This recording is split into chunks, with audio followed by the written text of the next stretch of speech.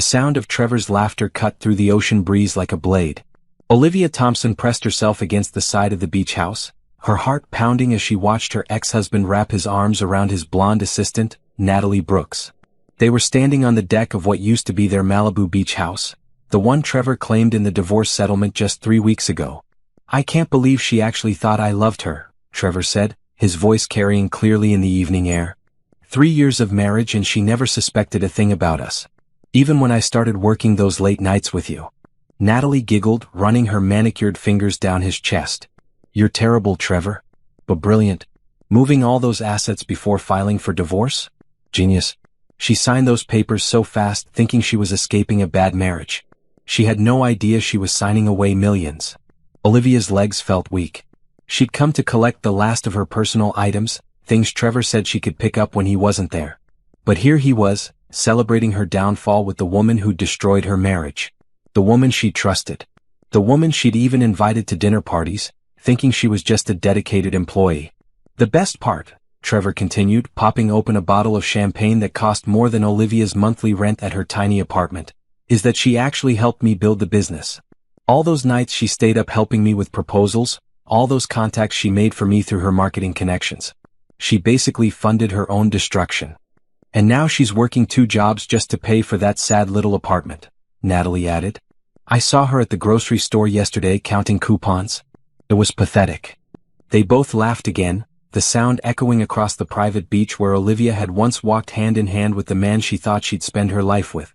The man who'd promised to love and protect her. The man who'd been planning her financial ruin for months. Olivia backed away slowly, tears streaming down her face. She'd known Trevor had been distant the last year of their marriage. She'd known something was wrong when he started working late every night. But she trusted him when he said it was just business pressure. She believed him when he said Natalie was just helping him close important deals. She'd been such a fool. As she reached her old Honda, a far cry from the luxury cars parked in Trevor's driveway, Olivia heard Natalie's voice again. "What should we do with all her old jewelry?" "The stuff she left behind." "Throw it away," Trevor replied carelessly. "It's all cheap stuff anyway. Not like the real diamonds I'm buying you now." Olivia sat in her car for a long moment, watching the couple through the large windows of the house. They were toasting with champagne, planning trips to Europe, talking about the wedding they'd have on this very beach. All of it funded by the business Olivia had helped build, the assets she'd unknowingly helped him hide, the life she'd foolishly trusted him with. She'd lost everything. Her marriage, her home, her financial security, her self-respect. Trevor had played her perfectly, and now he was laughing about it with his mistress. But as Olivia drove away from Malibu that night, something changed inside her. The crushing sadness that had consumed her for weeks began to transform into something else. Something harder. Something more determined. She'd been naive once. She'd trusted blindly. She'd signed papers without reading them carefully because she'd been too heartbroken to think straight. She wouldn't make those mistakes again. The next morning, Olivia woke up in her studio apartment with a new resolve. She made coffee in her cheap coffee maker and sat at her small kitchen table with a notebook. She began writing down everything she remembered about Trevor's business dealings. Every conversation they'd had about money. Every time he'd asked her to sign something. Every late-night phone call with clients whose names she remembered. She might not have money anymore, but she still had her brain. She still had her memory. And she still had something Trevor didn't know about, connections from her old marketing job that could help her understand exactly what he'd done to her. Trevor thought he'd won. He thought he'd gotten away with the perfect crime. He was out there celebrating, flaunting his new life, showing off his mistress and his stolen wealth. But Olivia Thompson wasn't the broken woman he thought he'd left behind. She was angry. She was determined. And she was going to find a way to make him pay for every lie, every betrayal, every moment of humiliation he'd put her through. She didn't know how yet. But she would figure it out. She had to. Because somewhere deep inside her, she knew this story wasn't over. Trevor's laughter that night at Malibu would come back to haunt him. She would make sure of it. The game was just beginning. 2 months after the beach house revelation, Olivia found herself reliving her marriage in a way she never had before. Sitting in her small apartment after her shift at the coffee shop, she spread out old photos and documents, trying to piece together the timeline of Trevor's deception. She remembered their wedding day 3 years ago. Trevor had been so charming, so attentive. They'd met when her marketing firm was hired to promote his real estate developments. He'd pursued her relentlessly, sending flowers to her office, taking her to expensive restaurants, making her feel like the most important person in his world. "You're brilliant, Olivia," he told her on their third date. "Your ideas could help me expand my business in ways I never imagined." She'd been flattered. At 29, she was already successful in her marketing career, but Trevor made her feel like she could conquer the world. He'd convinced her to leave her job 6 months after their wedding, promising her a partnership in his real estate company. "We'll build an empire together," he'd said. "Harrison Properties will become the biggest name on the West Coast." Looking back now, Olivia could see how calculated it all was. Trevor had needed her connections in the business world. Her previous clients included major developers, city planners, and wealthy investors. Her reputation opened doors that his family name alone couldn't. She remembered the late nights they'd spent together in his home office, her developing marketing strategies while he worked on financial projections. She'd introduced him to Michael Chen from Pacific Investment Group, who became his biggest client. She'd connected him with Susan Rodriguez at City Planning, which led to 3 major development approvals. "I don't know what I'd do without you," Trevor had said after she'd helped him secure a $15 million deal. "You're my secret weapon." But somewhere around their second year of marriage, things started to change. Trevor hired Natalie as his assistant, claiming he needed someone to handle his schedule and correspondence while he focused on bigger deals. Natalie was young, blonde, and eager to please. She had a business degree but no real experience. "She's cheap labor," Trevor explained when Olivia questioned why he needed a full-time assistant. "And she's willing to work the long hours this business requires." The late nights became more frequent. Trevor would come home after midnight, claiming he and Natalie were working on proposals for potential clients. When Olivia offered to help, he'd brush her off. "You don't understand the technical aspects," he'd say. "Natalie has been studying real estate law. She's better suited for this kind of detail work." Olivia had felt hurt but tried to be understanding. She focused on other ways to support their life together. She managed their personal finances, maintained their social connections, and continued to introduce Trevor to valuable contacts whenever possible. She remembered the night she met Patricia Williams, a wealthy investor looking to fund residential developments. Olivia had connected them at a charity gala, and Patricia ended up investing $8 million in Trevor's newest project. Trevor had kissed Olivia that night, telling her she was amazing. But even then she'd noticed changes. Trevor seemed distracted during their conversations. He'd get text messages at all hours and claim they were from contractors or city officials. He'd become secretive about his phone, always placing it face down during dinner. "Is everything okay?" Olivia had asked one evening when Trevor seemed particularly distant. "Just business pressure," he'd replied. "This industry is more complicated than you understand. Natalie helps me navigate the details so I don't have to worry you with all of it." Olivia had accepted his explanation because she loved him. She trusted him. She believed they were building a life together. Now she realized that Trevor had been building something but not with her. He'd been building a relationship with Natalie while systematically removing Olivia from important business decisions. She remembered how he'd started handling their joint bank accounts alone, claiming it was more efficient. How he'd asked her to sign various legal documents, saying they were just routine business incorporations. "I don't want you to worry about the boring legal stuff," he'd said. "Just sign here so we can protect our assets properly." She'd signed everything he put in front of her. Partnership agreements, loan documents, asset transfers. She trusted him completely, never imagining that each signature was removing her from ownership of the business she'd helped build.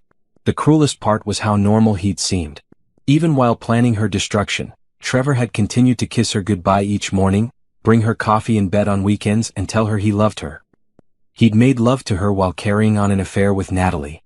He'd celebrated their second anniversary with an expensive dinner while secretly moving their money into accounts she couldn't access. Olivia closed the photo album and wiped tears from her eyes. She'd spent 3 years being the perfect wife to a man who was actively plotting against her. She'd given him her heart, her career, her trust, and her financial security. And he'd used it all to build a life with someone else.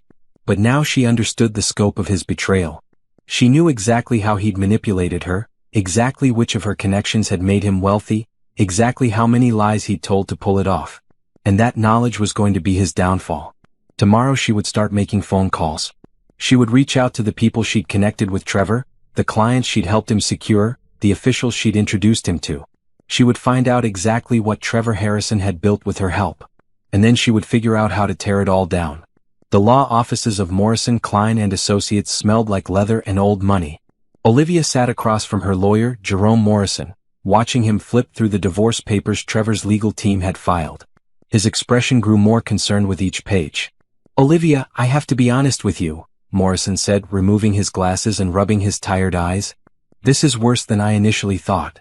It was 6 weeks after she'd discovered Trevor and Natalie at the beach house. 6 weeks of sleepless nights, anxiety attacks, and slowly understanding just how thoroughly she'd been played. "How bad?" Olivia asked, though she wasn't sure she wanted to know. "Your husband's attorneys have structured this very carefully. According to these documents, you signed a post-nuptial agreement 18 months ago that severely limits your claim to marital assets. Do you remember signing this?" Morrison slid a thick document across the desk.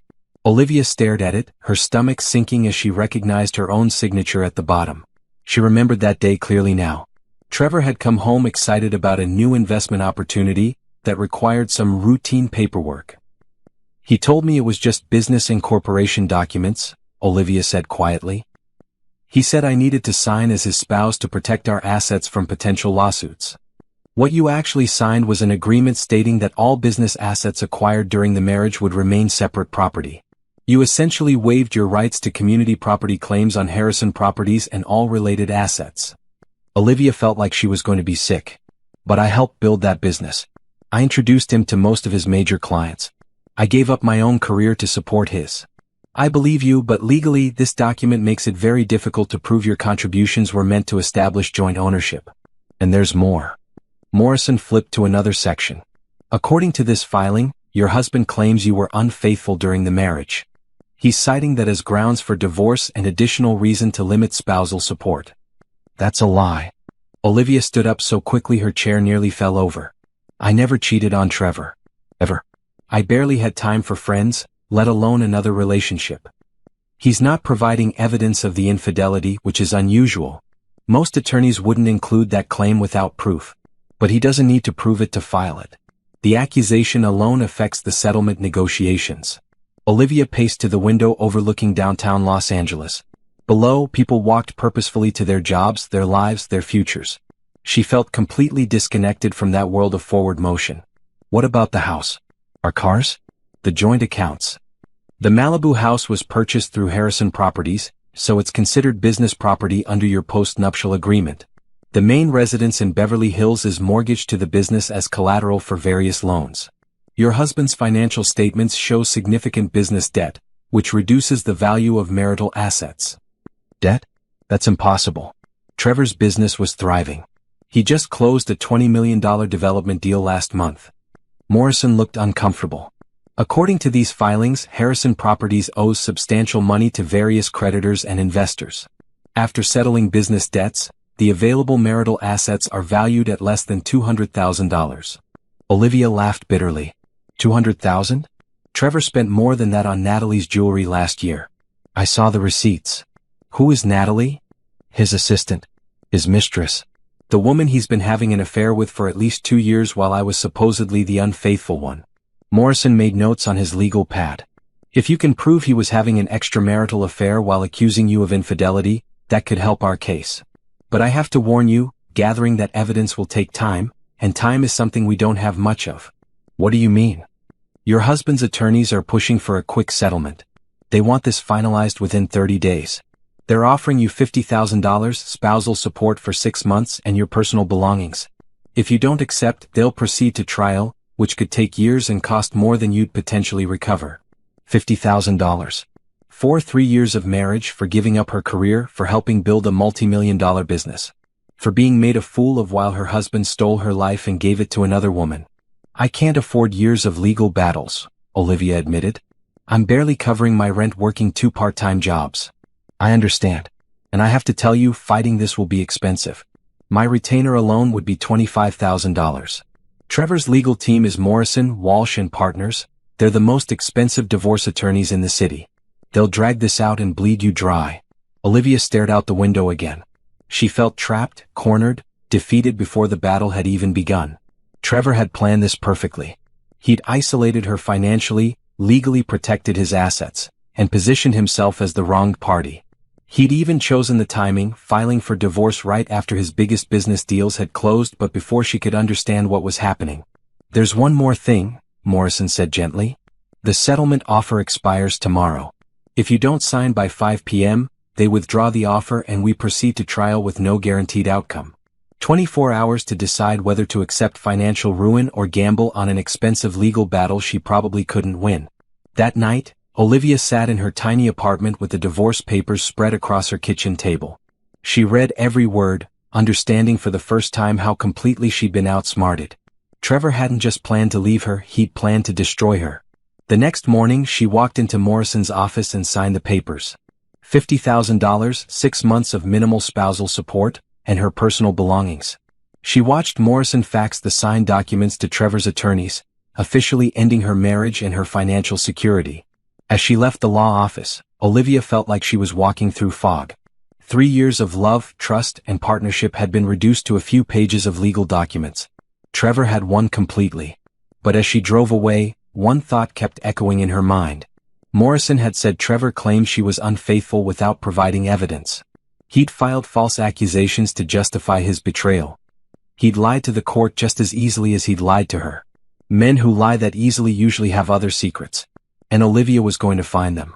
3 months after signing the divorce papers, Olivia's life had settled into a rhythm of quiet desperation. She worked mornings at Sunrise Coffee, a small cafe near her apartment, and afternoons at Henderson Marketing, doing freelance social media management for their overflow clients. The combined income barely covered her rent and basic expenses, but it kept her afloat while she figured out her next move. She'd learned to avoid certain parts of Los Angeles where she might run into Trevor or their former mutual friends. She deleted all her social media accounts to avoid seeing updates about his new life. She was trying to heal, trying to move forward. But Trevor wasn't going to let her heal quietly. It started with the photographs in Los Angeles magazine. "Local real estate mogul finds love again," was the headline, accompanied by glossy photos of Trevor and Natalie at various high-profile events around the city. The article described Trevor as a newly single entrepreneur who was ready for a fresh start with the woman who helped him build his empire. Olivia's co-worker Beth had brought the magazine to work, not knowing about Olivia's connection to the story. "Can you believe this guy?" Beth said, flipping through the article. "Listen to this quote. Natalie has been my rock through a difficult divorce. She helped me realize that some people marry you for your money, while others love you for who you truly are." Olivia felt physically ill reading it. Trevor was rewriting history, making himself the victim and Natalie the hero. According to the article, they'd fallen in love while working closely together on major development projects, with no mention that they'd been having an affair during his marriage. But the magazine article was just the beginning. The next week, Olivia was picking up groceries when she overheard 2 women talking in the checkout line. "Did you see the engagement party photos? They rented out the entire Malibu club for the weekend. Trevor Harrison really knows how to celebrate. I heard he flew her family in from Denver on a private jet." Olivia abandoned her cart and left the store. She drove straight to Malibu, telling herself she wasn't going to spy on them, just needing to see the ocean. But she found herself parked across from the Malibu club, watching luxury cars arrive for Trevor and Natalie's engagement celebration. She recognized many of the guests' former clients, business associates, people she'd introduced to Trevor during their marriage. They were all there to celebrate his new beginning with the woman he'd been cheating with. Through the club's large windows, she could see Trevor in an expensive tuxedo, his arm around Natalie in a designer gown that probably cost more than Olivia made in 6 months. They were laughing, dancing, accepting congratulations from people who had no idea about the affair or the financial manipulation that had made this celebration possible. A photographer was documenting everything. These photos would probably end up in another magazine article about Trevor's fairy tale romance. Over the following months, the public displays became more frequent and more elaborate. Trevor and Natalie were photographed at movie premieres, charity galas, and exclusive restaurant openings. They took a 3-week vacation to Europe, posting photos from Paris, Rome, and Monaco. They bought matching his and hers Ferraris and were photographed driving them along the Pacific Coast Highway. The final straw came 6 months after the divorce, when Olivia was walking along Santa Monica Pier during her lunch break. She needed fresh air after a difficult morning dealing with demanding clients at the marketing agency. She heard Trevor's distinctive laugh before she saw him. There he was, just 50 feet away with Natalie and a film crew. They were being interviewed for some local lifestyle show, standing in front of their new yacht. "This is our latest investment," Trevor was saying to the reporter. "The second chance, named for the beautiful second chance at love that Natalie has given me." The reporter, a young woman with perfectly styled hair, nodded enthusiastically. "You two seem so happy. What's the secret to your relationship?" Natalie giggled and looked adoringly at Trevor. "Honesty. Complete honesty about everything. We don't have any secrets from each other." Olivia nearly choked on her coffee. The two people who had built their relationship on lies were talking about honesty on television. "My first marriage taught me the importance of finding someone who shares your values," Trevor continued. "Someone who supports your dreams instead of just wanting to spend your money." The camera panned to show the yacht's name painted in elegant script across the stern, "Second Chance." Below it, in smaller letters, was its home port, Malibu, California. Olivia watched them pose for glamour shots on the deck, Trevor in designer swim shorts and Natalie in a bikini that cost more than Olivia's monthly grocery budget. They looked like they were living in a magazine spread, surrounded by luxury that had been built on the foundation of her destroyed life. As the interview concluded, she heard the reporter ask about their wedding plans. "We're thinking of a destination wedding," Natalie said. "Maybe the French Riviera." Trevor says money is no object when it comes to our special day. Money was no object because it wasn't really Trevor's money.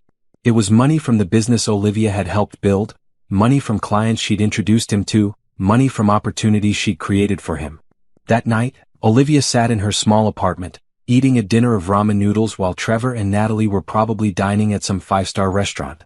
The contrast was crushing. While she counted every dollar, clipped coupons, and wore the same clothes she'd owned for years, they were literally sailing into the sunset on their yacht.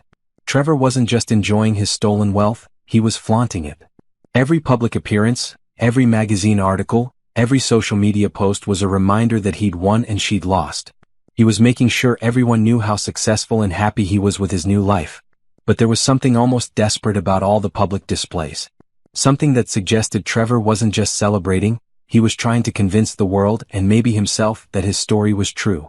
That he was the victim who'd found true love, not the cheater who'd destroyed his wife to steal her contributions to his success. People who were truly happy didn't usually need to prove it so publicly. Olivia was beginning to understand that Trevor's constant need to show off might be his biggest weakness. The more attention he drew to himself, the more people would scrutinize his story. And eventually, someone might start asking questions about how a man who claimed his ex-wife was a gold digger had managed to build such wealth during their marriage. The truth had a way of surfacing when people looked too closely. 8 months after the divorce, Olivia had fallen into a routine that kept her sane if not happy. Coffee shop mornings, marketing work afternoons, quiet evenings in her small apartment. She'd learned to avoid the entertainment news that constantly featured Trevor and Natalie's glamorous life. She'd stopped driving past their old haunts. She was trying to build something new from the ruins of her old life. Then Robert Kane knocked on her door. It was a Tuesday evening in late November. Olivia had just finished heating up leftover soup for dinner when she heard the knock. She wasn't expecting anyone, and her few friends usually called first. Through the peephole, she saw a distinguished older man in an expensive suit holding a leather briefcase. "Miss Thompson? My name is Robert Kane.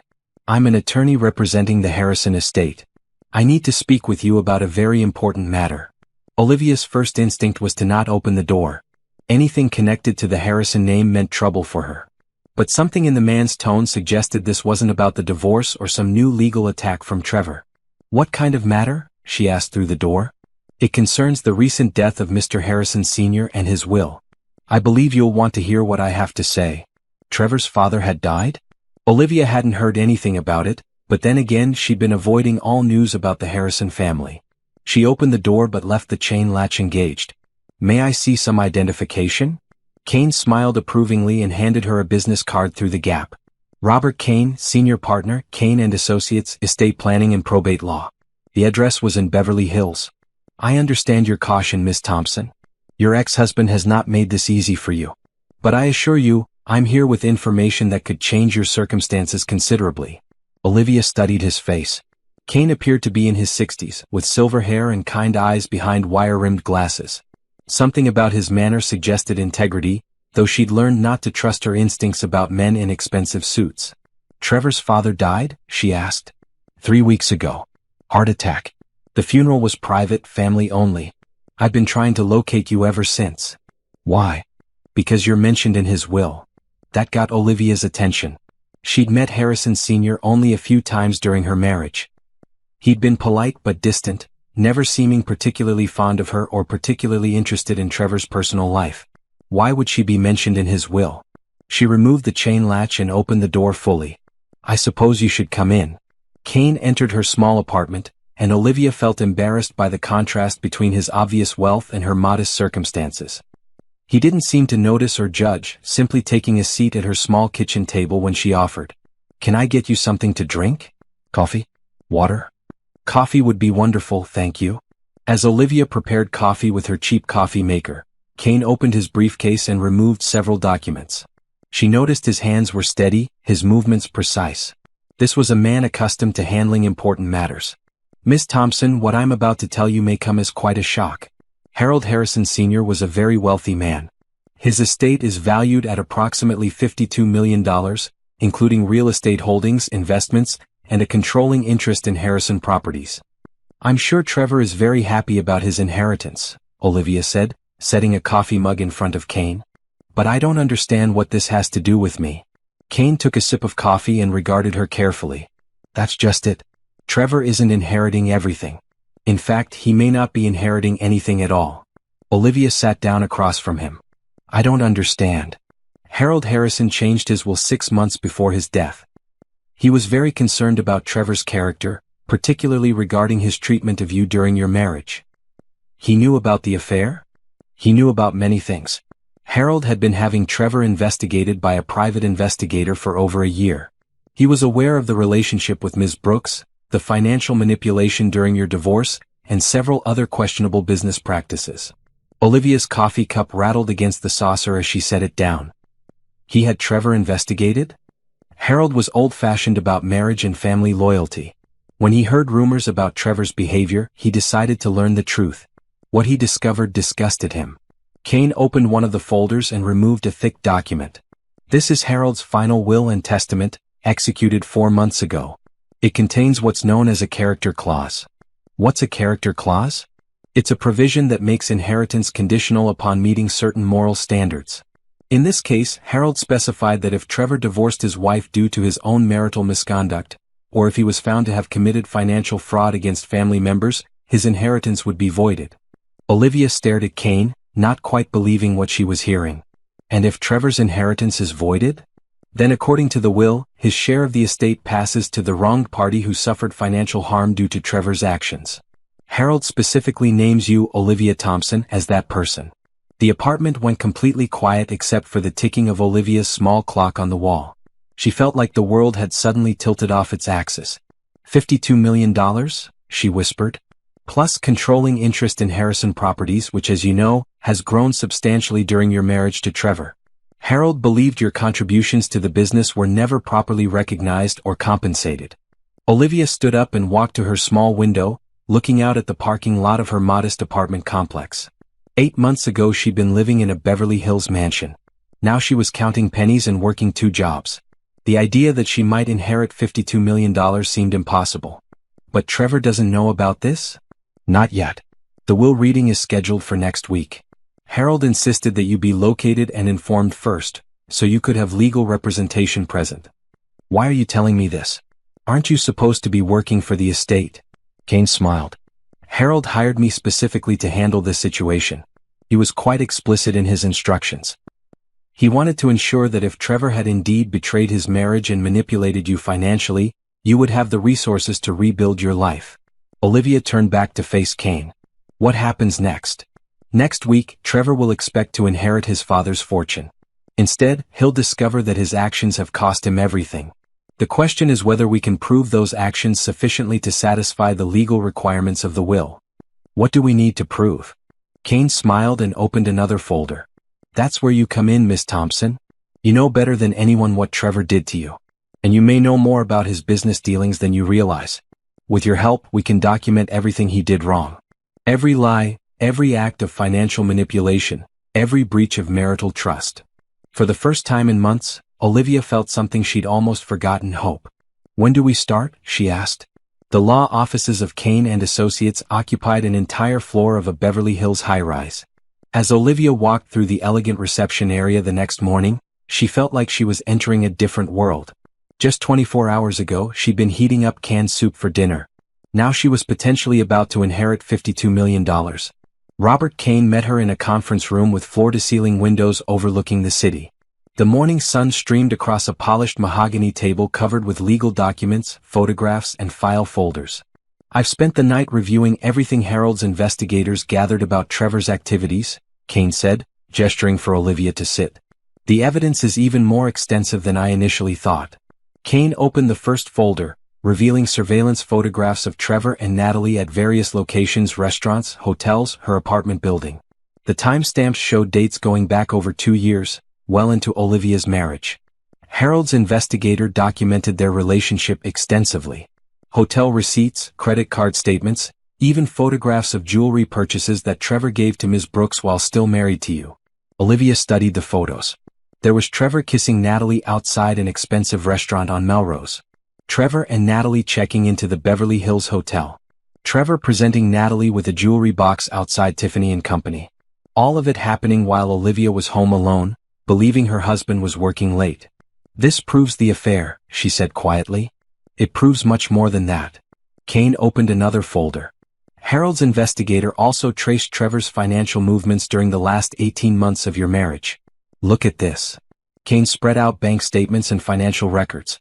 Even without her accounting background, Olivia could see the pattern immediately. Large sums moving out of joint accounts into business accounts. Assets being transferred from Harrison Properties into subsidiary companies with different names. Money flowing into investment accounts that she'd never known existed. "He was hiding assets," Olivia said. "Systematically. Beginning approximately 6 months before he asked for the divorce. Trevor created a complex web of business entities designed to make his wealth appear to belong to his companies rather than being marital property." Kane showed her more documents. "Here's the really damning evidence. Trevor used your business connections to secure these deals, then moved the profits into accounts you couldn't access. Remember Patricia Williams, the investor you introduced him to at that charity gala? Of course. She invested $8 million in his Westwood development. Trevor moved all the profits from that project into a subsidiary company called Pacific Holdings. According to the divorce filing, Pacific Holdings was a separate business entity with no connection to marital assets. But look at who's listed as the sole owner." Olivia read the incorporation documents Kane handed her. Trevor Harrison, doing business as Pacific Holdings. She looked up at Kane. "He created fake companies to hide money from the divorce?" "Multiple companies. At least 6 different entities, all used to shelter income and assets that should have been considered marital property. If your divorce attorney had known about these accounts, your settlement would have been in the millions, not thousands." Olivia felt anger burning in her chest. "My attorney said Trevor's business had debts. He said there weren't enough assets to divide. Trevor showed debts on paper by having Harrison Properties owe money to his subsidiary companies. On paper, his main business was broke. In reality, he was moving all the real money to accounts you couldn't touch." Kane continued pulling documents from the files. "But here's what Trevor didn't know. His father was watching everything. Harold had been suspicious of Trevor's character for years, but when he heard rumors about marital problems, he hired investigators to monitor the situation." "Why did he care so much about my marriage?" Kane smiled. "Harold liked you, Olivia. He told me you were the first woman Trevor brought home who seemed to have her own accomplishments and integrity. He was impressed by your marketing career and your business sense. When Trevor announced he was filing for divorce and claiming you were unfaithful, Harold knew something was wrong. So he investigated? Thoroughly. Harold spent over $200,000 on private investigators, forensic accountants, and legal research. He wanted to know exactly what kind of man his son had become." Kane opened the largest folder, revealing Harold's final will and testament. The document was thick, filled with legal language and conditions. Harold was devastated by what the investigation revealed. Trevor wasn't just cheating on his wife, he was stealing from her. Using her connections to build wealth, then hiding that wealth to avoid sharing it. Harold considered this a profound moral failure. Kane flipped to a specific section of the will. "Here's the character clause. I'll read it exactly as Harold wrote it." Kane cleared his throat and began reading. "If my son, Trevor James Harrison, is found to have terminated his marriage to Olivia Marie Thompson through his own adultery, deception, or financial misconduct, then he shall be deemed unworthy of the Harrison family legacy. In such circumstances, his inheritance shall be voided entirely, and all assets designated for him shall instead pass to the party wronged by his actions. The party wronged by his actions, Olivia repeated. That's you. Harold specifically identified you as the injured party. He believed Trevor stole not just your marriage, but your rightful share of the wealth you helped him create. Kane turned to another section of the will. Harold also included a provision for immediate asset recovery. If Trevor is found to have hidden marital assets during your divorce, those assets must be recovered and added to your inheritance. Olivia leaned back in her chair, overwhelmed. So if we can prove what Trevor did, you'll inherit Harold's $52 million estate, plus recover all the hidden assets Trevor stole from your marriage. We estimate the total value could exceed $70 million. $70 million. The number seemed impossible. Yesterday she'd been worried about paying her electric bill. What do we need to do to prove this? Kane began organizing the documents into neat stacks. The will reading is in 5 days. Trevor will attend expecting to inherit everything. Instead, we'll present this evidence and invoke the character clause. But we need your testimony about Trevor's deception during the marriage, and we need to document how your contributions helped build his wealth. I can do that. I kept records of everything, the clients I introduced him to, the business connections I made, the marketing strategies I developed for his company. Perfect. Harold believed you were the real architect of Trevor's recent success. Now we can prove it legally. Kane stood and walked to the windows overlooking Beverly Hills. There's one more thing you should know, Olivia. Harold felt terrible about what happened to you. He tried to intervene during your divorce, but Trevor refused to listen to him. Harold wanted to help you directly, but his attorneys advised against it while the divorce was pending. He wanted to help me? He respected you. He believed you deserved better than what Trevor gave you. This will is his way of ensuring you get justice even after his death. Olivia looked down at all the evidence spread across the table. Bank records, surveillance photos, business documents, legal filings. The complete documentation of Trevor's betrayal and her own contributions to his success. For 8 months she'd felt like the victim of the perfect crime. Trevor had stolen her life so skillfully that she'd had no recourse, no way to fight back, no hope of justice. But Harold Harrison had been watching. And he'd left her the weapon she needed to destroy the man who destroyed her. When Trevor walks into that will reading, she said quietly, he has no idea what's coming, does he? Kane smiled. None at all. He thinks he's about to become one of the richest men in Los Angeles. Instead, he's about to lose everything he stole from you. The revenge she dreamed about was finally within reach. The next 3 days passed in a blur of preparation. Kane had assigned a team of forensic accountants and legal researchers to build the case against Trevor, but he needed Olivia's personal knowledge to connect all the pieces. She found herself reliving her marriage in painful detail, but this time with a purpose. They met each morning in Kane's conference room, going through every aspect of Trevor's business dealings during their marriage. Olivia had kept meticulous records in her personal files, emails, business cards, notes from phone conversations, even photos from social events where she'd introduced Trevor to potential clients. This is incredible documentation, said Janet Wu, Kane's lead forensic accountant. Most people don't realize how much evidence they have of their own contributions to a business. Olivia had spread out 3 years' worth of materials across the conference table. Email chains showing how she'd connected Trevor with Michael Chen at Pacific Investment Group. Business cards from contacts she'd made at charity events and professional gatherings. Photos from dinner parties where she'd introduced Trevor to city planners, architects, and investors. I worked in marketing for 8 years before marrying Trevor, Olivia explained. I'm used to documenting relationships and tracking results. I just never thought I'd need to prove my own contributions to my husband's success. These email chains are particularly valuable, Janet said, highlighting sections of correspondence. Look at this exchange with Patricia Williams. You clearly arranged the initial meeting, provided her with Trevor's development plans, and followed up with additional information. Without your introduction, this $8 million deal never would have happened. Kane reviewed a stack of photographs from various business events. Harold's investigators documented Trevor's public statements about his success, and now we can show that most of his major deals came through your connections. The contrast between his claims and the reality is damning. But they still needed more concrete evidence of Trevor's financial manipulation. The hidden bank accounts and shell companies were clearly documented in Harold's investigation, but Kane wanted additional proof that could hold up under legal challenge. We need to get inside Trevor's current business records, Kane said. The evidence Harold's investigators gathered is excellent, but it's from external observation. If we could access Trevor's current financial statements, we could show exactly how much money he's hidden. How do we do that legally? Olivia asked. We don't need to do anything illegal, Kane replied with a slight smile. But we might need to be creative. That evening, Kane explained his plan. Trevor's business offices were in a high-rise building in Century City.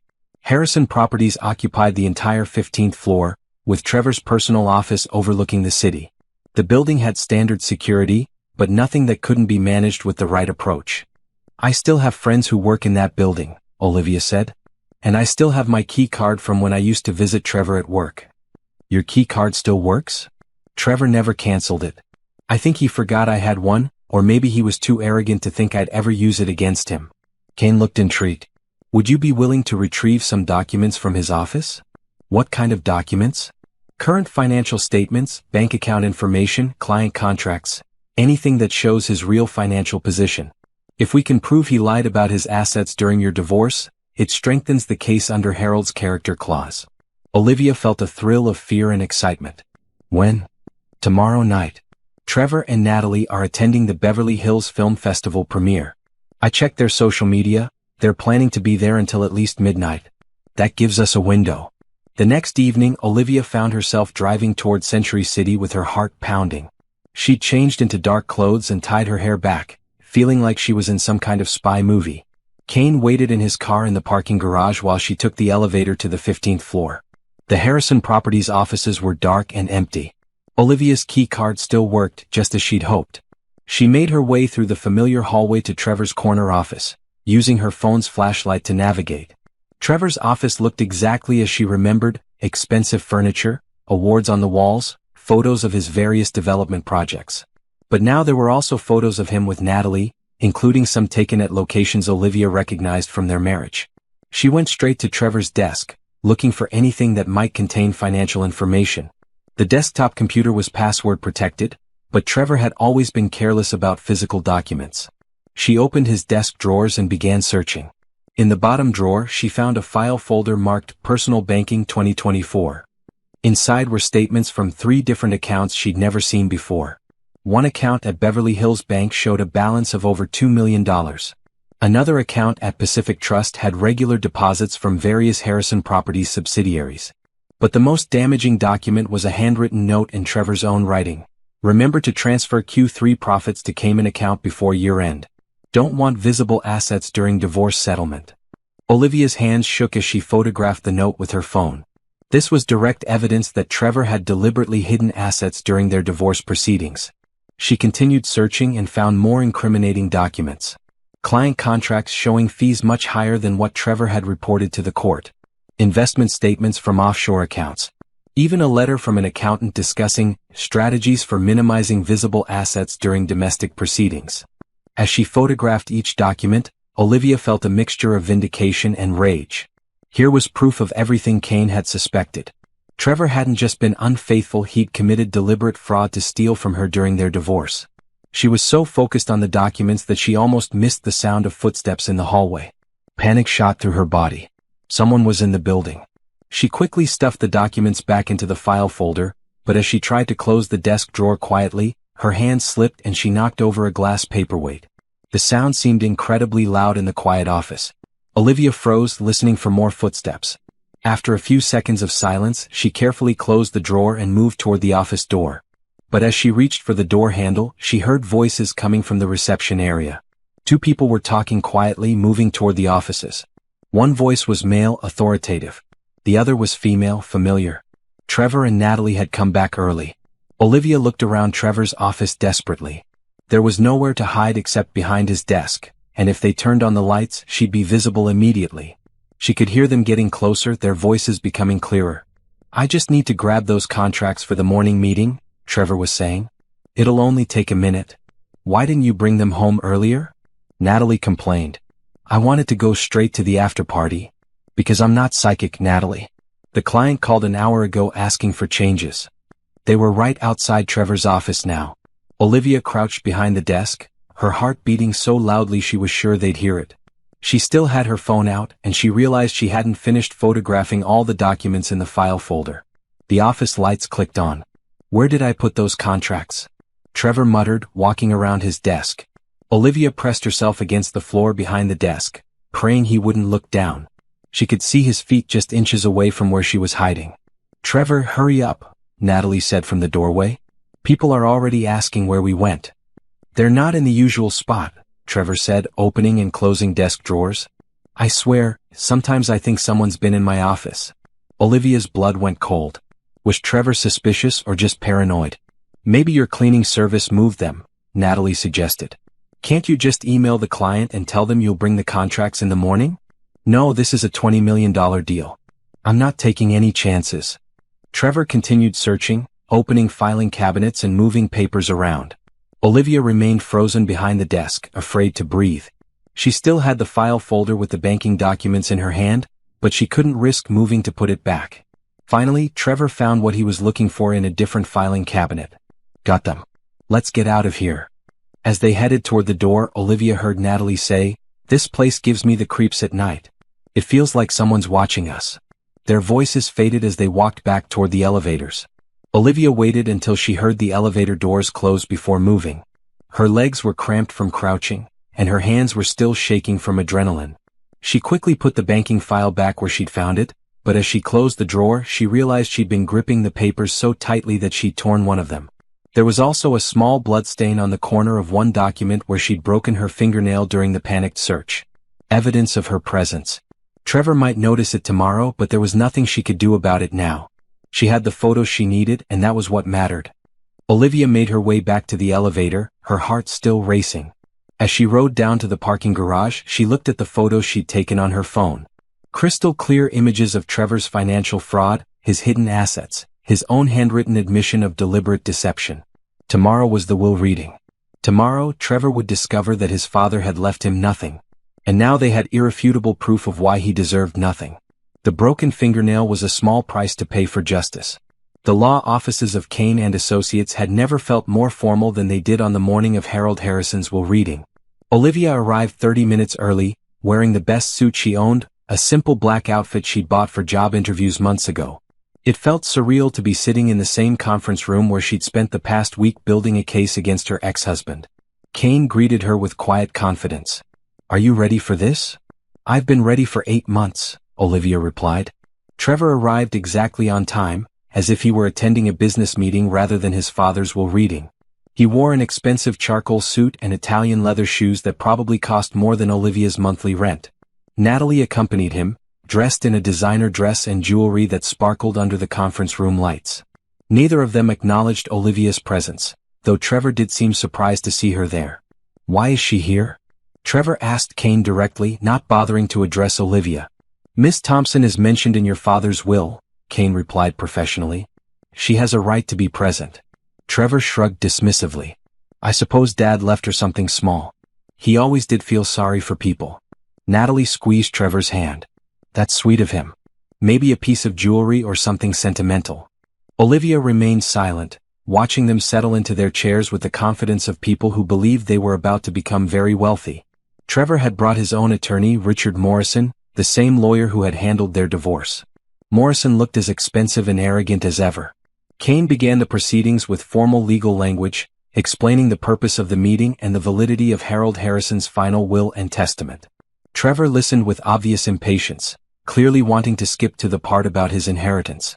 "The estate of Harold Harrison is valued at approximately $52 million, Kane announced, including real estate holdings, investment portfolios, and controlling interest in Harrison properties.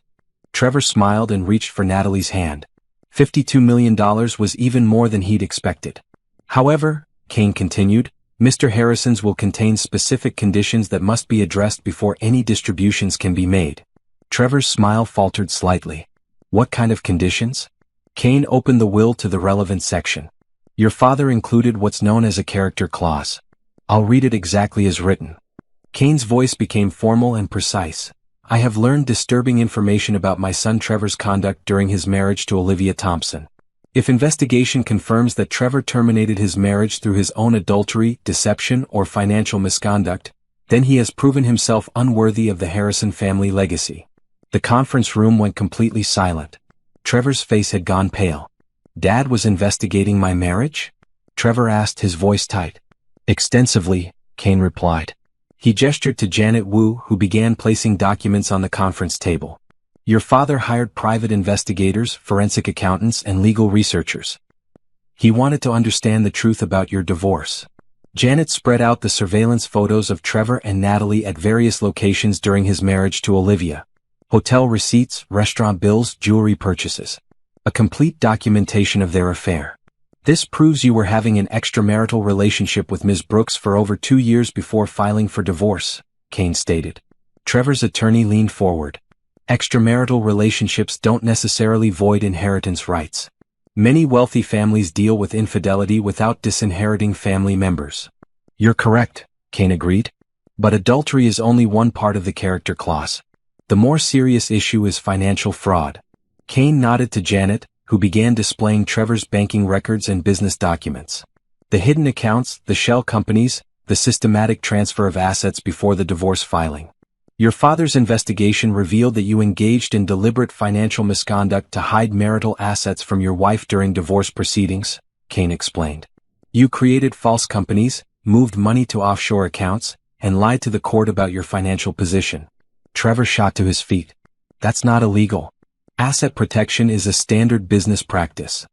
Asset protection is legal, Kane agreed calmly. Fraud is not. And lying under oath during divorce proceedings is perjury.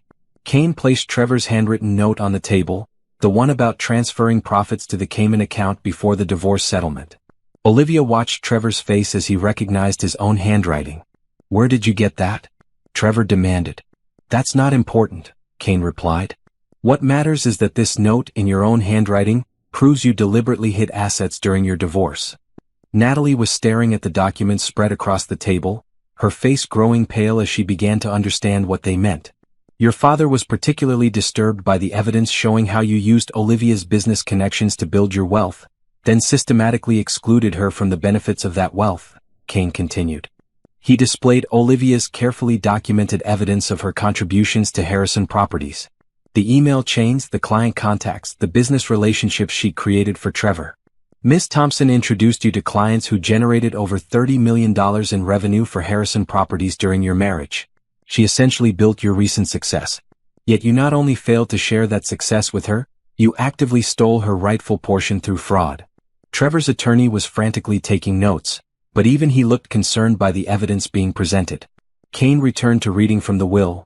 If my son has indeed committed these acts of betrayal against his wife, then he has proven himself unworthy of inheriting the Harrison legacy. In such circumstances, his entire inheritance shall be voided, and all designated assets shall instead pass to the wronged party, Olivia Marie Thompson. The words hit Trevor like a physical blow. He stared at Kane, then at Olivia, then back at the will. You're giving her my inheritance? Trevor's voice cracked. Your father is giving her what should have been hers all along, Kane corrected. The wealth you stole from her during your marriage, plus compensation for the emotional and financial damage you caused. Natalie suddenly spoke up, her voice shaky. Trevor, what is he talking about? You told me Olivia was the one who cheated. You said she was trying to take your money unfairly. Trevor ignored her, focusing his anger on Kane. You can't prove any of this would hold up in court. I'll contest this will. I'll fight it for years if necessary. Kane smiled slightly. You're welcome to try. But your father anticipated that response. He opened another section of the will. Harold included an additional provision. If you contest this will on grounds that the character clause is invalid, the estate will fund Ms. Thompson's legal defense indefinitely. You'll be fighting the entire Harrison fortune, not just her personal resources. Trevor slumped back into his chair, the reality finally sinking in. His father had outmaneuvered him completely. There's one more thing, Kane added, consulting his notes. The will also provides for immediate asset recovery. Any marital property that was hidden during Ms. Thompson's divorce must be identified and returned to her, with interest. Janet Wu spoke up. Based on our preliminary investigation, we estimate Mr. Harrison hid approximately $18 million in assets during the divorce proceedings. Those funds will be recovered and added to Ms. Thompson's inheritance. $70 million total, Kane concluded. The $52 million estate, plus recovery of the assets you stole from your wife. Olivia had remained silent throughout the entire proceeding, watching Trevor's world collapse around him. Now she finally spoke. You told that reporter that your first marriage taught you the importance of finding someone who shares your values, someone who supports your dreams instead of just wanting to spend your money. She looked directly at Trevor. I did support your dreams. I helped build everything you have. And you stole it from me. Trevor stared at her, his face a mixture of shock, anger, and something that might have been shame. Natalie suddenly stood up. I need to leave. I can't. She looked at Trevor with something close to disgust. You lied to me about everything. She walked out of the conference room without another word, leaving Trevor alone with the ruins of his life. Kane began organizing the documents. The estate will be transferred to Miss Thompson within 30 days, pending completion of asset recovery procedures. Mr. Harrison, you'll receive formal notice of all proceedings. Trevor's attorney gathered his papers. We'll be in touch about our response, he said, but even he sounded defeated. As Trevor left the conference room, he stopped at the door and looked back at Olivia. I hope you're happy, he said bitterly. Olivia met his gaze steadily. I'm not happy, Trevor. I'm just finally getting justice. After Trevor and his attorney left, Olivia sat alone with Kane in the quiet conference room. How does it feel? Kane asked. Olivia looked out the windows at the city sprawling below. Somewhere out there, Trevor was probably calling business associates trying to figure out how to salvage his life. Somewhere out there, Natalie was probably packing her things and looking for a new wealthy boyfriend. It feels like the end of a very long, very painful chapter, Olivia said. And the beginning of something completely new. 3 months after the will reading, the transformation was complete. Trevor's world had collapsed with stunning speed, while Olivia's life had been rebuilt from the ground up. The asset recovery process had been swift and merciless. Kane's team of forensic accountants had traced every dollar Trevor had hidden during their marriage, and the courts had ordered immediate return of all funds plus penalties for fraud. The Cayman Islands account, the shell companies, the fake business debts, all of it unraveled under legal scrutiny. Trevor's attempts to contest the will had failed spectacularly. Harold's character clause was ironclad, and the evidence of Trevor's misconduct was overwhelming. 3 different judges had reviewed the case and reached the same conclusion. Trevor had forfeited his inheritance through his own actions. Olivia now owned a controlling interest in Harrison Properties, along with Harold's real estate portfolio and investment accounts. The total value had actually grown to $75 million by the time all assets were recovered and transferred. But the money wasn't the most satisfying part of her revenge. The most satisfying part was watching Trevor's public humiliation unfold. The story broke first in the Los Angeles Times. Real estate mogul loses fortune due to adultery and fraud. The article detailed how Trevor Harrison had been disinherited for cheating on his wife and stealing marital assets. Within hours, the story was picked up by entertainment news shows, business magazines, and social media. The same reporters who had celebrated Trevor and Natalie's fairy tale romance now dissected every lie they had told. The yacht named Second Chance was revealed to have been purchased with money stolen from Trevor's ex-wife. The European vacation photos became evidence of how he'd spent his ill-gotten gains. The engagement party at the Malibu club looked pathetic in hindsight, a celebration funded by fraud. Natalie had abandoned Trevor within days of the will reading. She'd moved out of their shared penthouse, returned the engagement ring, and quickly found herself a new wealthy boyfriend, a tech entrepreneur who actually owned his own money. Tabloid newspapers gleefully reported her statement. I thought I was dating a successful businessman. Instead, I was dating a con artist who stole everything from his ex-wife. Trevor's business empire crumbled as clients learned the truth about his character. Major investors pulled out of development deals. The city of Los Angeles canceled several contracts citing ethical concerns. Banks called in loans when they discovered Trevor no longer had assets to secure his debts. Within 2 months, Trevor had been forced to sell his remaining properties to pay creditors. The Beverly Hills mansion went to auction. The matching Ferraris were repossessed. Even his expensive watch collection was sold to cover legal fees. The final humiliation came when Trevor was forced to take a job working for one of his former competitors, not as an executive, but as a junior sales associate. The man who had once commanded $20 million deals was now showing starter homes to first-time buyers for a small commission. Olivia learned about Trevor's employment situation from Beth, her former co-worker at the coffee shop. You'll never guess who came into Sunrise Coffee yesterday, Beth said during one of their weekly lunch meetings. Trevor Harrison. He was wearing a cheap suit and asking if we were hiring part-time help. Did you recognize him? Not at first. He looks terrible, like he's aged 10 years in the past few months. But then I realized it was the guy from all those magazine articles about losing his inheritance. The manager didn't hire him, by the way. She said she couldn't trust someone with his reputation around the cash register. Olivia felt a mixture of satisfaction and pity. She'd wanted Trevor to face consequences for his actions, but seeing him reduced to begging for minimum wage jobs was almost too complete. Almost. The real justice wasn't in Trevor's suffering, it was in what Olivia had built with her recovered wealth. She'd used part of her inheritance to establish the Harrison Foundation for Financial Justice, a non-profit organization dedicated to helping victims of financial abuse in divorce proceedings. The foundation provided free legal representation, forensic accounting services, and support for people whose spouses had hidden assets or committed fraud during divorce. Too many people go through what I experienced, Olivia explained to the Los Angeles Times reporter interviewing her about the foundation. They trust their partners, sign documents they don't understand, and end up financially destroyed while their abusers walk away wealthy. We're going to change that. The foundation's first case involved a woman whose husband had hidden $2 million in cryptocurrency before filing for divorce.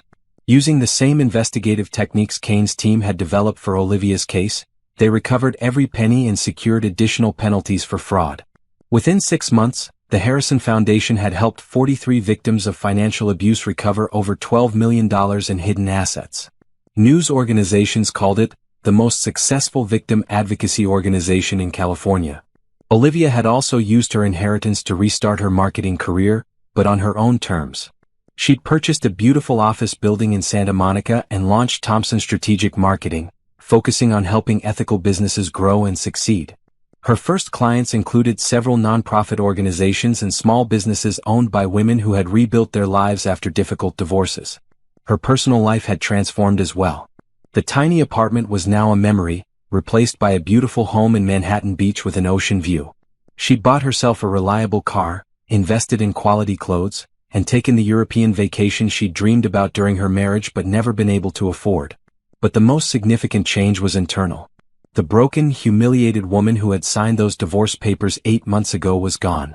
In her place was someone stronger, more confident, and completely in control of her own destiny. Olivia was reviewing foundation cases in her home office when Kane called with an update about Trevor's situation. He's filed for bankruptcy, Kane reported. Personal and business.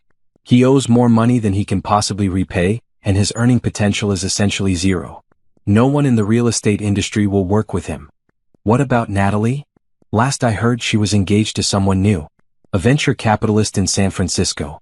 She's been telling people she barely knew Trevor and was shocked to learn about his criminal behavior. Olivia smiled grimly. Natalie had successfully moved on to her next wealthy target, leaving Trevor completely alone with the consequences of his choices. There's something else, Kane added. Trevor's attorneys approached me about a possible meeting. They want to discuss some kind of settlement or payment arrangement. What kind of settlement? They didn't specify, but reading between the lines, I think Trevor wants to apologize. Maybe ask for help finding work or some small financial assistance. Olivia considered this for a long moment.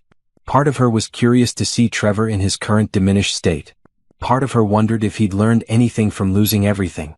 But mostly she realized she didn't care what Trevor wanted anymore. Tell his attorneys no, she said finally. I have nothing to discuss with Trevor Harrison. He made his choices and now he has to live with the consequences. Are you sure? It might give you closure to hear him acknowledge what he did to you. I don't need Trevor's acknowledgement for closure, Olivia replied. I have something better than that. I have justice. I have my life back. And I have the ability to help other people who went through what I did. After hanging up with Kane, Olivia walked out to her deck overlooking the Pacific Ocean. The sun was setting, painting the sky in brilliant oranges and purples. She thought about the night 8 months ago when she discovered Trevor and Natalie celebrating her destruction on the deck of the Malibu beach house. That night she'd felt like her life was over.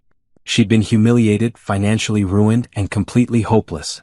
Now she owned multiple properties, ran a successful foundation, and had helped dozens of other people recover from similar betrayals. She turned her pain into purpose and her victimization into victory. Trevor, meanwhile, was working for minimum wage and sleeping on someone's couch, still paying the price for believing he was smarter than everyone else. Justice had been served completely. 1 year after Harold Harrison's will reading, Olivia stood in the ballroom of the Beverly Hills Hotel, accepting an award from the California Bar Association for her work with the Harrison Foundation. The same ballroom where she'd once attended charity galas with Trevor, introducing him to the connections that built his wealth. Now she was here on her own merit, being honored for helping victims of financial abuse recover over $30 million in stolen assets. The Harrison Foundation has revolutionized how we approach financial misconduct in family law, the presenter announced. Under Olivia Thompson's leadership, they've achieved a 95% success rate in asset recovery cases and provided free legal services to over 200 victims of financial abuse. The audience applauded as Olivia accepted the Crystal Award. Looking out at the crowd, she recognized many faces: attorneys, judges, business leaders, journalists.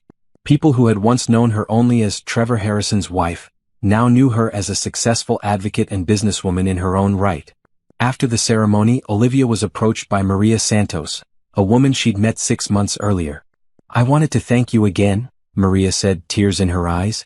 "If the foundation hadn't helped me, I never would have recovered what my ex-husband stole.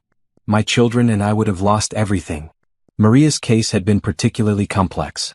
Her husband had hidden assets in multiple countries and used sophisticated shell companies to avoid detection. But the foundation's forensic accountants had traced every transaction and recovered $2.8 million plus penalties. "You don't need to thank me," Olivia replied. "I'm just glad we could help. How are you and the kids doing now?" "Amazing. I started my own catering business with part of the recovered money, and it's already profitable. My daughter is enrolled in the college she dreamed of attending. We have our own home again." Maria smiled through her tears. "You gave us our lives back." Conversations like this one reminded Olivia why her work mattered. Every success story represented a family that hadn't been destroyed by financial abuse, children whose futures hadn't been stolen, women who'd been able to rebuild their lives with dignity. After the event, Olivia drove home to Manhattan Beach, where she'd been living for the past 8 months. The house was modern and beautiful, but not ostentatious. She'd learned the difference between wealth that served a purpose and wealth that was just for show. Her phone rang as she was changing out of her formal gown. The caller ID showed Robert Kane. "Congratulations on the award," Kane said. "Well-deserved recognition for incredible work." "Thank you. It feels good to be acknowledged for building something positive. I have some news you might find interesting. Trevor Harrison was arrested yesterday." Olivia paused in the middle of hanging up her dress. "Arrested for what?" "Tax evasion and fraud related to his recent bankruptcy filing. Apparently, he tried to hide some remaining assets from the bankruptcy court. The FBI has been investigating for months." Olivia sat down on her bed, processing this information. Even after losing everything, Trevor had continued lying and cheating. How much trouble is he in? Federal charges carry serious penalties. He's looking at possibly 3 to 5 years in prison if convicted, plus additional financial penalties he can't afford to pay. And Natalie? No connection to his recent crimes. She's been completely separated from him since the will reading. Actually, I heard she got married last month to that venture capitalist in San Francisco. After ending the call, Olivia walked out to her deck overlooking the ocean. The news about Trevor's arrest didn't bring her the satisfaction she might have expected a year ago. Instead, she felt mostly indifferent. Trevor had become irrelevant to her life. Her phone rang again, this time showing a number she didn't recognize. "Miss Thompson? This is Jennifer Walsh from ABC News. We're doing a follow-up story on the Harrison inheritance case, and we'd love to interview you about your foundation's work." "I'd be happy to discuss the foundation," Olivia replied. "But I don't want to focus on my personal situation with Trevor Harrison. That's in the past. Of course, we're more interested in the positive impact you've created. Your story of turning personal tragedy into advocacy for others is really inspiring." After scheduling the interview, Olivia reflected on how much her perspective had changed. A year ago, her entire focus had been on making Trevor pay for what he'd done to her. Now, Trevor's latest legal troubles felt like a footnote to her real story. Her real story was the foundation that helped hundreds of people recover stolen assets. Her real story was Thompson's strategic marketing, which now employed 12 people and worked with ethical businesses across the country. Her real story was the beautiful life she'd built for herself, surrounded by meaningful work and genuine friendships. A few days later, Olivia was reviewing foundation cases in her Santa Monica office when her assistant knocked on the door. "There's someone here to see you," Sarah said. "He doesn't have an appointment, but he says it's personal. His name is James Mitchell. Olivia looked up from her files. She didn't recognize the name, but something about Sarah's expression suggested this was important. Send him in. James Mitchell was tall, with kind eyes and an easy smile. He appeared to be in his early 40s, wearing jeans and a casual shirt that suggested he worked with his hands. Miss Thompson, I'm sorry to bother you without an appointment. I'm a contractor. I worked on the renovation of your Manhattan beach house last year. Olivia remembered him now. He'd been the project manager for her kitchen renovation, and she'd been impressed by his professionalism and attention to detail. Of course, James. What can I do for you? He looked nervous, shifting his weight from one foot to the other. This might sound strange, but I've been following the news about your foundation work. I think what you're doing is incredible. Thank you. That means a lot. I was wondering. He paused, gathering courage. Would you like to have dinner sometime? I know you're busy with important work and I'm just a contractor, but I'd really like to get to know you better. Olivia studied his face. There was no calculation there, no assessment of her wealth or status. Just genuine interest and admiration for who she was as a person. It had been over a year since she'd considered dating anyone. Her marriage to Trevor had left her wary of trusting men, especially men who might be attracted to her money. But something about James felt different. He'd known her before she became wealthy, and he was asking her out because of her character, not her bank account. I'd like that, she said, surprising herself. His face lit up with a genuine smile. Really? I was sure you'd say no. Why would I say no? Because you're this amazing successful woman, and I'm just a guy who builds cabinets for a living. Olivia laughed. James, I used to work at a coffee shop. Success isn't about what job you have, it's about who you are as a person.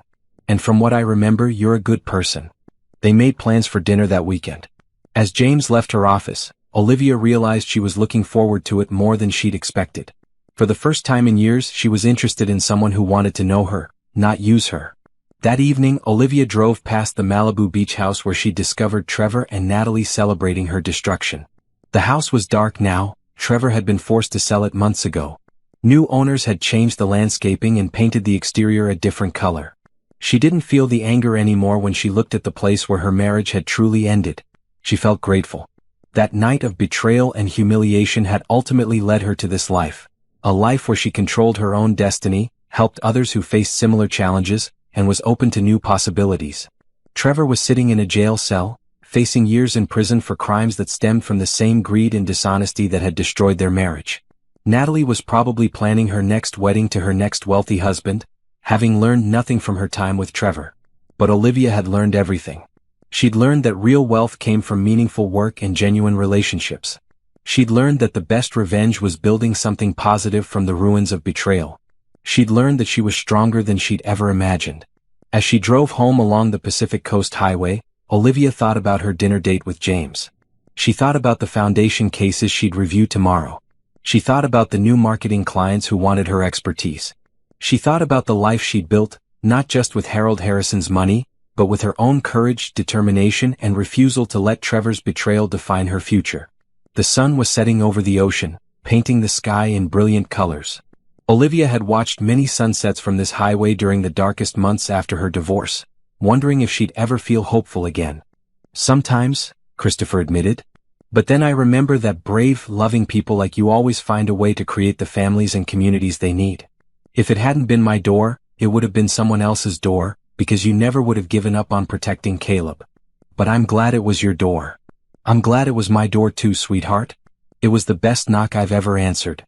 As Christopher tucked Destiny into bed in her new room, surrounded by photos of all the families they had helped stay together, he realized that their story was still being written. Every family they reunited, every child they comforted, every system they improved was another chapter in the story that had started with a little girl's desperate courage during a snowstorm. The forever family they had built together was proof that love, kindness, and hope could overcome any crisis. And their work ensured that other families would have the same opportunity to stay together, to heal together, and to build new definitions of what family could be. The little girl who had begged for shelter had become a young advocate for children everywhere. The billionaire who had opened his door had found his life's purpose. The parents who had nearly lost everything had become leaders in family crisis support. Together, they had created not just a family, but a legacy of compassion that would help families for generations to come. Their story was no longer about survival. It was about hope, growth, and the incredible power of choosing to love and care for each other across all boundaries and circumstances. And every night, as they said their gratitude prayers before bed, they thanked the snowstorm that had brought them together and the courage of a 6-year-old girl who had refused to let her family be separated by crisis. The Williams Foundation continued to grow, but the Williams-Blake family remained at its heart, living proof that the most powerful force in the world is the decision to open your door and your heart to those who need help the most.